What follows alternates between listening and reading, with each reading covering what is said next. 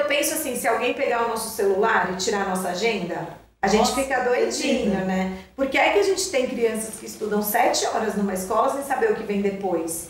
É muito ruim, né? Então, é um mistério e é ruim, dá uma ansiedade mesmo.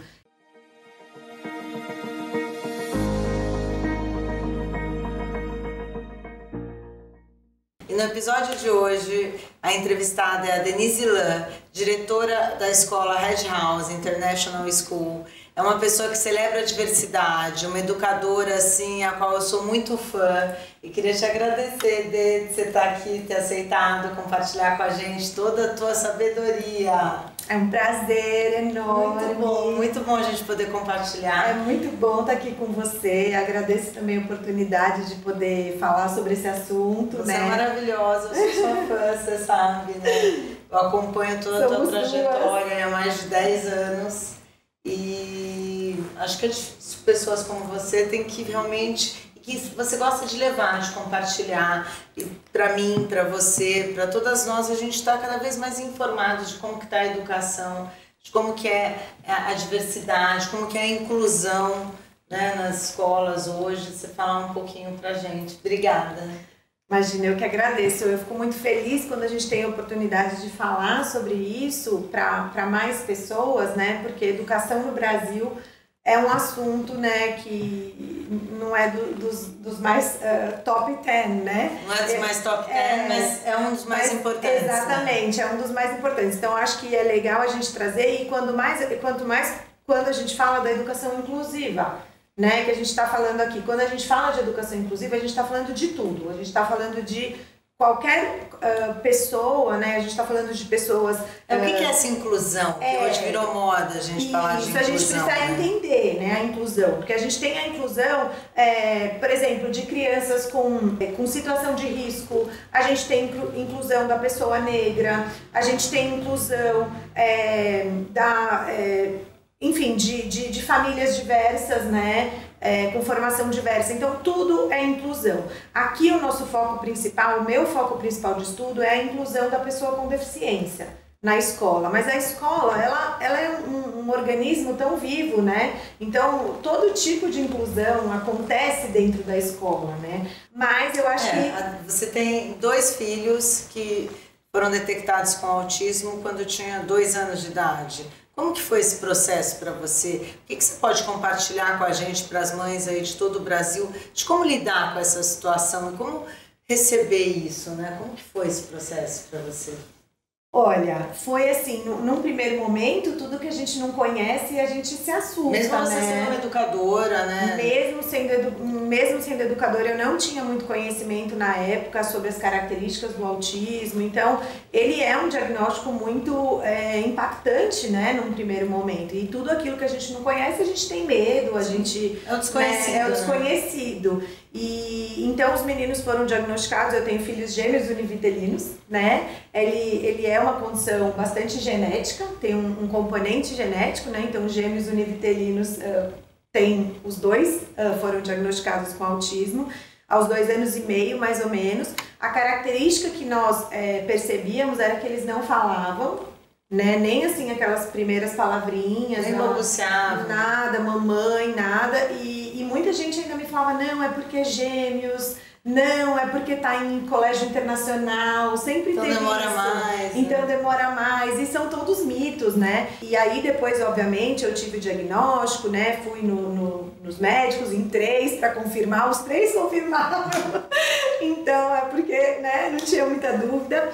E foi aí que começou essa jornada. Como professora, que eu dei aula há muitos anos, eu já tive muitos alunos da educação especial. A área se chama educação especial. Eu sei que muitos pais não gostam, né, de falar eu sou uma mãe especial ou um filho especial. A gente costuma usar o termo atípico, mães atípicas, né, e filhos atípicos, porque é uma maternidade realmente diferente. Porém, a área de estudo chama educação especial ou educação inclusiva, né? Então, por isso que eu vou usar esse termo. Não sei se todos gostam, mas é assim que chama. E aí eu tive muito contato com essa área da educação especial, e como eu já tinha escolas aqui no Brasil, eu quis trazer um pouco dessa experiência que eu tive no tratamento dos meninos, que foi parcialmente feito também fora do Brasil. E eu aprendi muito, E o tempo todo eu pensava, nossa, mas isso é muito legal e não pode ser só para eles. E você trouxe coisas de fora que fizeram a diferença e trouxe aqui para a escola? Eu trouxe aqui para a escola, né? Eu fiz parte do tratamento deles fora do Brasil. Fiz uma parceria nos Estados Unidos. Fiz uma parceria com o instituto que tratou eles, chamado Else for Autism. Esse instituto tem uma diretora clínica chamada Erin Lozot, que é muito, muito capaz. E ela fez o treinamento aqui dos profissionais da escola já por 2 vezes. E assim, quase todo ano ela vem para o Brasil, ela vem para cá, ela assiste aula. Faz uma reciclagem. Ela faz, ainda que seja com o time pedagógico de coordenação e direção. E depois a gente, todo ano aqui no treinamento da Red House, é obrigatório, todo ano, sempre que tem treinamento para inclusão. Então, eu chego a perguntar isso em entrevista, porque eu já tive professores que falaram, não consigo trabalhar com isso e tal, e saíram no meio do ano ou no meio do semestre, porque aqui na escola a gente tem alunos com deficiência em todas as salas, né? E com suporte também, às vezes não é só deficiência. Isso é visto assim hoje de uma forma muito normal, né? Aqui na escola, com certeza. E nas outras escolas eu ainda sinto um pouco de dificuldade. Tem muita, como que eles chamam? Tem muita negação de matrícula. Então, a mãe vai matricular o aluno, aí quando a escola descobre que tem algum tipo de diagnóstico ou que tem alguma dificuldade, essa vaga que existia, de repente, não existe mais.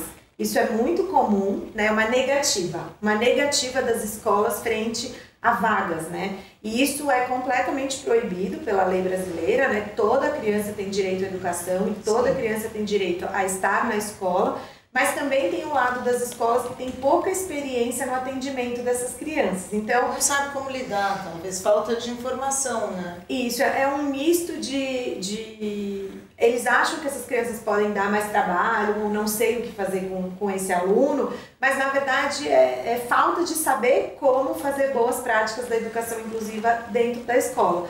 Porque aqui na escola a gente tem alunos em todas as salas e quando eu recebo visita, que as pessoas vêm ver, ninguém acredita. Acha que vai ser bagunçado, ou que eles vão estar causando, né? Ou sei lá, tendo comportamentos disruptivos. Ou atrapalhando das pessoas que não têm. Não, sempre toda criança com deficiência que está bem atendida nas suas necessidades, não dá trabalho nenhum, como qualquer outra criança. Maravilhoso. E quais são as boas práticas que a Red House coloca no dia a dia que você acha que faz assim, muito a diferença? Olha, aqui a gente só trabalha com práticas baseadas em evidências. Eu acho que esse termo ficou bastante famoso com a questão da pandemia, né? Porque teve essa questão aí das vacinas e tudo mais, mas na educação a gente também precisa tornar isso famoso. Né? E aí não é só com a criança que tem algum tipo de deficiência. A gente aqui está falando de fazer boa educação. Então, quando a gente usa práticas baseadas em evidência na educação, a gente já está muito mais próximo de fazer a inclusão de um jeito menos que dê esse trabalho que as pessoas têm medo. Porque, para mim, dá mais trabalho você pensar numa boa aula do que você realmente fazer a inclusão de um aluno que tem algum tipo de diferenciação de instrução. Porque isso eu acho que você vai lidando, os professores vão lidando naturalmente, é isso? Eles vão lidando naturalmente e tem algumas boas práticas. Por exemplo, para autismo, a gente tem alguns documentos que tem algumas boas práticas que a gente usa e que dá super certo. Por exemplo, parear, usar materiais visuais junto com materiais escritos. Então, toda vez que você for colocar uma instrução ou sempre que você tiver o material daquele aluno especificamente, eu colocaria para o grupo todo. Mas se a escola quiser colocar só para aquele aluno, você parear algo que você fala ou aquilo que está na ficha de exercício ou no livro com apoios visuais, ajudam muito. Outra coisa que é simples e que funciona muito é antecipação de conteúdos. Então, por exemplo, você sabe que na aula que vem você vai começar a trabalhar o sistema solar, né? Mas você sabe que para aquele aluno só ouvir aquela explicação do professor, blá, blá, blá... É maçante. É maçante. E eu diria que é até para todos os alunos. Então, se o professor despertar o interesse do aluno numa aula antes, mostrar parte de um desenho... Deixa na pauta. A próxima aula e aí o sistema solar. Exatamente. Ou você mostra uma figura com parte da imagem e pergunta para aquele aluno o que é. Você para buscar a criatividade. Deixar ele muito interessado, para na outra aula ele vir mais preparado para ouvir aquilo. E para o aluno com deficiência, você pode mandar um pequeno filme sobre o sistema solar para que os pais assistam com ele antes da aula acontecer. Então, já dá uma prévia. Já dá uma prévia. E são práticas muito simples, não é uma coisa que você vai atrapalhar a tua sala ou que as crianças vão deixar de aprender porque você fez isso, né? E assim, a minha sugestão é até que faça para todos. Né? Eu acho que todo mundo gosta um pouco de saber o que vai acontecer, você ter previsibilidade, né? Para criança com deficiência, você precisa dar previsibilidade, né? Nós vamos fazer essa atividade, depois essa e por fim esta. E eu acho assim, por exemplo... Acho que para todos seria bom, né? Eu penso assim, se alguém pegar o nosso celular e tirar a nossa agenda, a gente fica doidinho, né? Porque é que a gente tem crianças que estudam 7 horas numa escola sem saber o que vem depois. É muito ruim, né? Então, é um mistério e é ruim, dá uma ansiedade mesmo. Então, para essas crianças, a gente sempre tem uma rotina muito estruturada e estabelecida. A gente usa componentes visuais sempre junto com os outros, auditivos, escritos, né? E para as crianças mais velhas pode ser escrito. Às vezes, coisas que a gente fala pode estar escrito. Então, sempre tendo esses apoios. Outras boas práticas é trabalhar, por exemplo, com a consequência daquele comportamento ou com algo como um reforço positivo, que a gente chama. Isso as escolas também têm muito preconceito, porque vem das teorias comportamentais do Skinner, e as escolas hoje não gostam, mas são práticas baseadas em evidência. A gente tem muito estudo e muita pesquisa, porque é do humano você fazer algo em troca de algo. Estou aqui gravando essa entrevista porque fico muito feliz de estar aqui com você e fico feliz de espalhar essas ideias, né? Essas boas práticas. Isso me deixa feliz. Essa é minha, entre aspas, recompensa, o meu reforço por estar aqui. E às vezes para uma criança com deficiência, este reforçador que a gente chama, ele é mais arbitrário. Às vezes precisa mesmo de algo físico, às vezes precisa de alguns minutinhos no iPad, porque o que a gente brinca assim, você trabalha pelo quê, né? Trabalha ou estuda ou o quê? Às vezes aquele aluno trabalha para poder estar alguns minutinhos no iPad, ou por um doce, ou por um elogio, ou por aceitação. Né? A gente faz algo para se sentir bem, para o bem-estar, né? E isso também, muitas vezes, as escolas não deixam isso acontecer dentro da escola, porque muitas vezes, para a criança que tem graus de suporte maior, às vezes precisa ser... Eu já tive um aluno que precisava, para ele almoçar direitinho, conseguir comer na escola, ele sempre tinha que ter acesso ao Guaraná. E isso na escola é totalmente proibido, né? A gente não trabalha com refrigerante e tal. Mas foi durante um mês, as terapeutas junto com a escola fizeram um trabalho com ele, que ele ganhava ali o Guaraná depois que ele comia direitinho. E depois de recompensa. Isso, mas depois de um mês ele aprendeu a comer direitinho na escola, esse Guaraná foi desaparecendo e ele passou a tomar o suco ou a água como as outras crianças.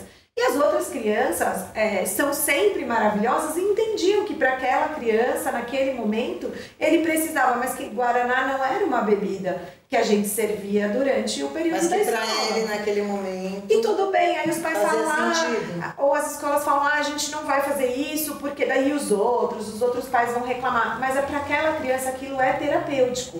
Né? É parte do tratamento dela. Sim. Então, isso que as escolas precisam flexibilizar um pouco as práticas para entender... Que as pessoas são singulares, né? Exatamente. Cada uma é singular. E que tudo que a gente faz, a gente também tira.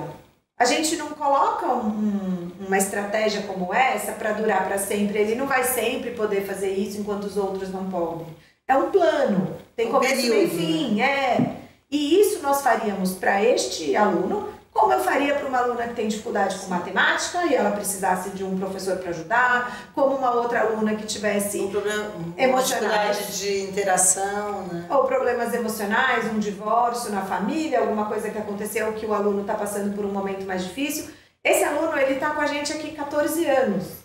Tudo vai acontecer, ele vai passar pela adolescência, ele vai passar de bebezinho para criança, são muitas coisas que acontecem, né? Então, todo aluno... Toda a evolução, é muito legal, acho que deve ser isso, né? Você pegar uma pessoa legal. De pequenininha e acompanhar toda a evolução, acho que dá uma sensação de realização, né? Um sucesso. E eu gosto de acompanhar os alunos e as famílias. Sim, você acompanha tudo. Porque a gente faz parte, né, da vida deles. E vira uma comunidade. Eu acho que esse senso de cuidado com o outro, de comunidade, né, ele é parte da essência da inclusão. Uma escola que não trabalha, por exemplo, com aspectos colaborativos, jamais vai ser uma escola inclusiva. Porque na sua essência isso já não existe. Né, esse senso de ajuda ao outro, de comunidade, de parceria, né, enfim, eu acho que é algo que precisa estar na cultura da escola. Estamos chegando ao fim dessa entrevista maravilhosa e queria perguntar, Denise, o que você gostaria de deixar aqui para compartilhar com a gente de uma grande lição? Que lição que você deixa para a gente? Todo mundo que está aqui assistindo, o que você quer compartilhar? Olha, se eu pudesse assim, deixar uma lição, eu diria que a maior bênção da minha vida foi ter tido 2 filhos com autismo no meio da minha carreira. Porque eu também fico super emocionada porque assim, eu pude dividir com vocês tudo isso, eu pude trazer a educação inclusiva para o Brasil, eu pude fazer esse trabalho que eu faço, ajudar tantas pessoas, tantas famílias, né? Não só os meus filhos que assim, estão muito bem. E eu acho que foi uma bênção, famílias como a sua, que nos acolheram, como a nossa, que nos acolheram, né? A filha da Raquel, a Juju, é amiga dos meninos. E, assim, eles estudam a vida inteira. A vida inteira juntos. Então, assim, é muito importante também, né, que vocês orientem os filhos para que eles sejam também, apreciem a diversidade. Então, eu diria assim, é uma lição de vida. Acho que é natural, né? Tem que ser natural. Tem que ser natural e é uma lição de vida, assim. Tudo que você tiver na sua vida que é muito desafiador, né, em vez de você ver como um problema, vê como alguma coisa que é um desafio. E não é assim aquela psicologia positiva, sabe? Ai, pensa tudo positivo que vai dar certo. Não é que assim, é verdade. Não tem o que a gente fazer, não tem pra onde a gente ir. Né? O que você vai fazer? Você tem que enfrentar, olhar de frente. Enfrenta, porque vai te fazer uma pessoa melhor. Você vai colher bons frutos, sabe? E assim...